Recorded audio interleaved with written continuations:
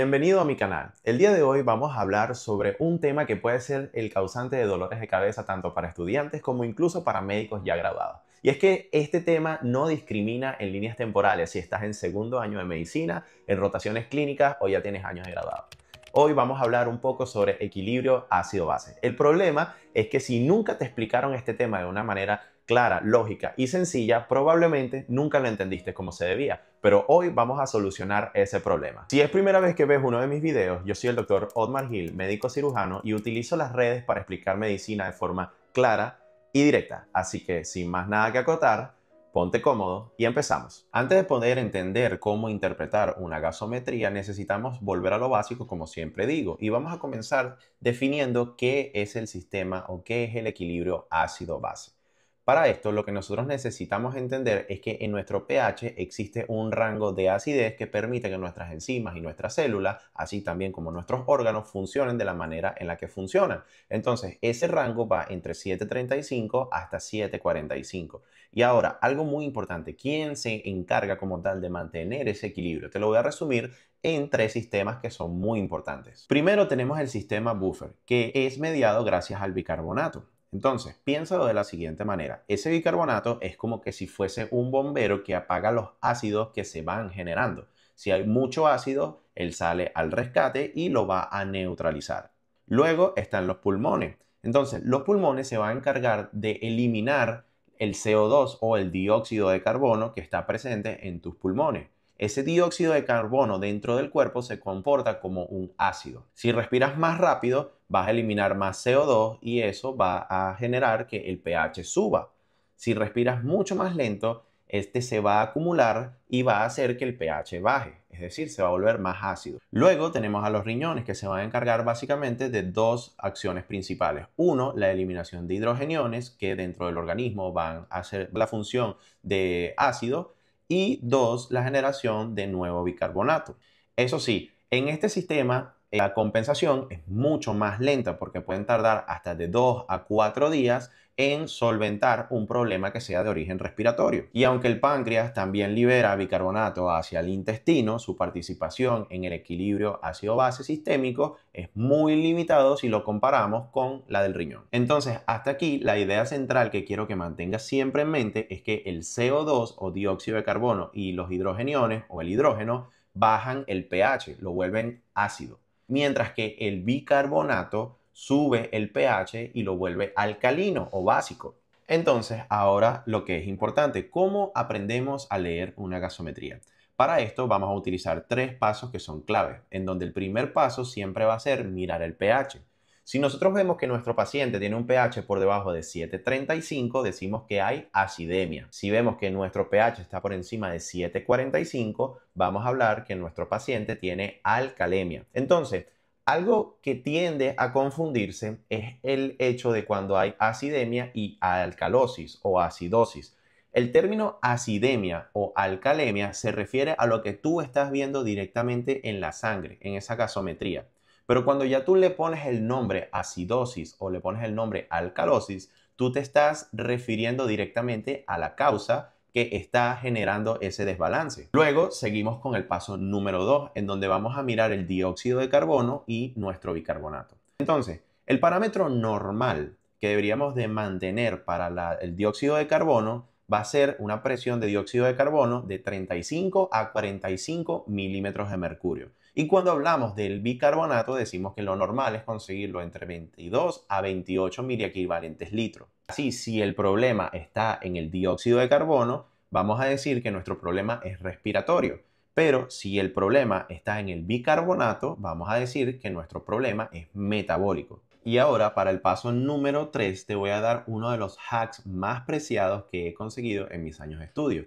Es que mires el pH en correlación con el dióxido de carbono y con el bicarbonato. Lo que quiero decir con esto es que si tú ves que el pH y el dióxido de carbono o el CO2 se mueven en direcciones opuestas, es porque tu problema es respiratorio. Pero si tú ves que el pH en correlación con el bicarbonato se están moviendo en la misma dirección, es porque ese problema es metabólico. Creo que esta es una de las partes que más se les complica a muchos estudiantes, el hecho de tener que ponerle nombre y apellido a esos procesos de acidosis o de alcalosis. Con nombre y apellido lo que quiero decir es cuando es una acidosis respiratoria o cuando es una acidosis metabólica. Lo mismo sucede en el caso de la alcalosis, pero no se preocupen, lo vamos a ir abordando paso a paso y con calma. Entonces, ahora abordemos lo que es la acidosis respiratoria. En concepto, podemos decir que la acidosis respiratoria se caracteriza por un pH bajo con una concentración alta de dióxido de carbono. Ok, eso hasta allí puede sonar un poco complicado, así que vamos a simplificarlo aún más e imaginémonos como que el CO2 se está acumulando como que si fuese una casa en llamas y no podemos abrir las ventanas. En este caso, las ventanas van a simular nuestro sistema respiratorio respondiendo. Como nuestras ventanas están selladas, básicamente lo que va a ocurrir es que tiende a acumularse ese CO2. Al acumularse el CO2 y actuar como un ácido dentro del organismo, lo que hace es que el pH disminuya. ¿Cuáles son las causas más comunes de la acidosis respiratoria?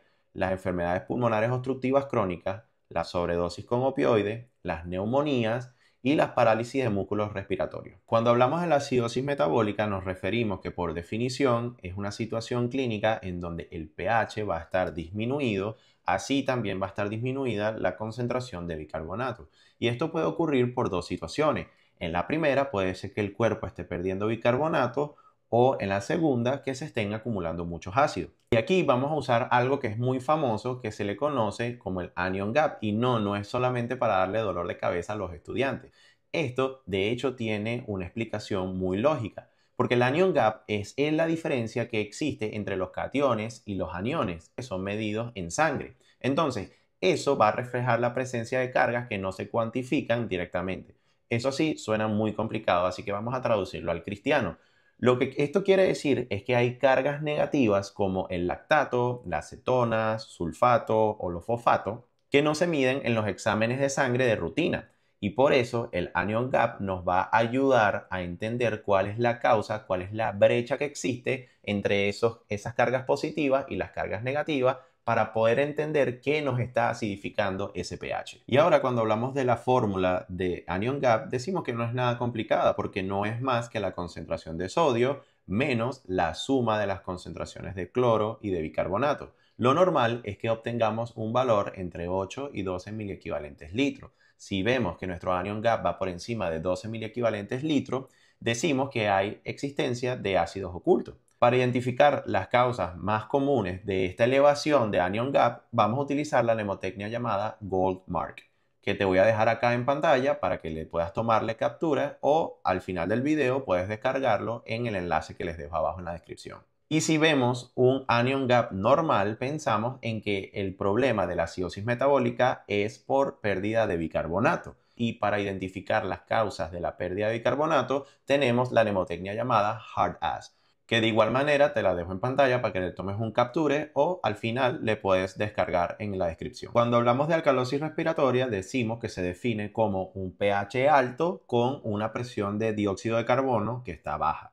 Aquí el cuerpo está botando demasiado dióxido de carbono y esto ocurre generalmente en situaciones que te hacen hiperventilar. Por lo menos pueden ser ataques de pánico, hipoxemia, en donde contaríamos altitudes, tromboembolismo pulmonar, sepsis temprana, embarazo o intoxicación por salicilatos en su fase temprana. También tenemos la alcalosis metabólica, que se definiría como un pH alto con una concentración de bicarbonato que va también a estar alta. Aquí hay mucho bicarbonato o posiblemente también perdiste muchos hidrogeniones. Las causas más comunes de la alcalosis metabólica pueden ser vómitos, diuréticos de asa, como por ejemplo la furosemida, antiácidos en exceso y lo que sería el hiperaldosteronismo. Como dato clínico que es muy importante es que debes de saber que la aldosterona hace que elimines mucho más potasio e hidrogeniones, lo que hace que tu cuerpo, tu pH, se alcalinice. Y como el cuerpo está maravilloso, siempre van a existir mecanismos compensatorios que ayudan a regular todos estos desbalances que están ocurriendo en tu cuerpo. Pero entonces, ¿decimos que el cuerpo compensa? Sí, pero eso depende de qué sistema estés hablando. Porque si el problema es metabólico, quien se encarga de regular este sistema es el sistema respiratorio. Por ende, los pulmones van a compensar mucho más rápido ya que tú puedes respirar más o menos aire en cuestión de segundos. Pero si el problema es respiratorio, allí sí nos vamos a tardar mucho más en compensar con una respuesta óptima. ¿Por qué? Porque el riñón va a tratar de compensar, pero se va a tardar mucho más tiempo en generar una respuesta. La mejor manera en la que podemos nosotros visualizar este equilibrio es como una balanza. Si se cae de un lado, el otro lado trata de compensarlo lo mejor que puede, pero hay situaciones en las que no siempre se puede lograr del todo. Cuando hablamos de compensaciones en el cuerpo, como científicos y como médicos, debemos de tener valores que sean medibles. Para eso utilizamos la fórmula de Winter. La fórmula de Winter aplica en la acidosis metabólica porque esperamos que el cuerpo respire un poco más rápido para tratar de disminuir o bajar la concentración de CO2 o dióxido de carbono. Decimos que la fórmula de Winter es la presión de dióxido de carbono esperada es igual a 1.5 por la concentración de bicarbonato más 8 más o menos 2. Yo entiendo que cuando lo vemos de esta manera, todo este poco de signos positivos y negativos nos podemos confundir, pero la verdad es mucho más fácil de lo que tú piensas, porque la presión de CO2 esperada va a ser a 1.5 por la concentración de bicarbonato, que es el valor que obtienes normalmente en tus exámenes de rutina, más 8, y el más o menos 2 lo que quiere decir es que si tu concentración, el resultado que te dio fue 30, a ese 30 le vas a sumar 2. 30 más 2 sería 32. Y al mismo 30 le vas a restar 2. 30 menos 2 sería 28. Entonces, el rango de la presión de CO2 esperada debería de ser entre 28 y 32. Si luego de aplicar la fórmula de Winter te das cuenta que tu presión de CO2 está por fuera de ese rango, entonces tú debes de sospechar de que existe otro problema adicional. Antes de cerrar, quiero que te lleves esto en la mente y que lo tengas siempre presente.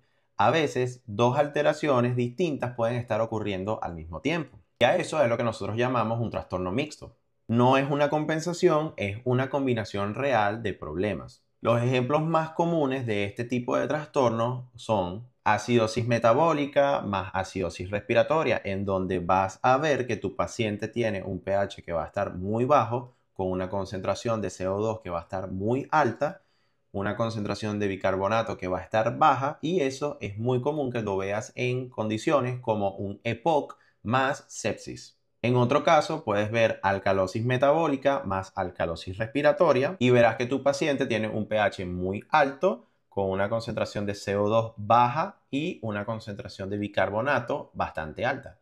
Esto puede ocurrir en vómito más hiperventilación por ansiedad o en caso de embarazo. Y como tercer ejemplo tenemos la acidosis respiratoria más la alcalosis metabólica, donde el pH puede parecer completamente normal, pero el CO2 y el bicarbonato van a estar anormales. Esto puede ocurrir en pacientes que tienen EPOC y que están en uso de diuréticos.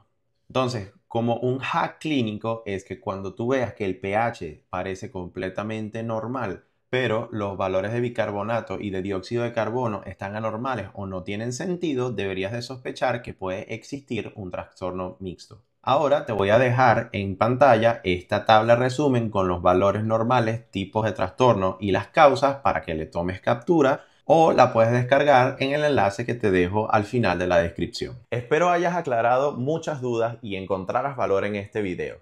Si aún así todavía tienes alguna duda sobre este tema, o incluso si solamente quieres proponer algún tema que te gustaría que abordáramos en un video, déjamelo saber en los comentarios y con mucho gusto lo grabaré. También, si te ha gustado este video, no olvides darle like y suscribirte para que así podamos llegar a muchas más personas y tú y yo sigamos estudiando temas complejos en un lenguaje mucho más sencillo. Nos vemos en un próximo video. Chao, chao.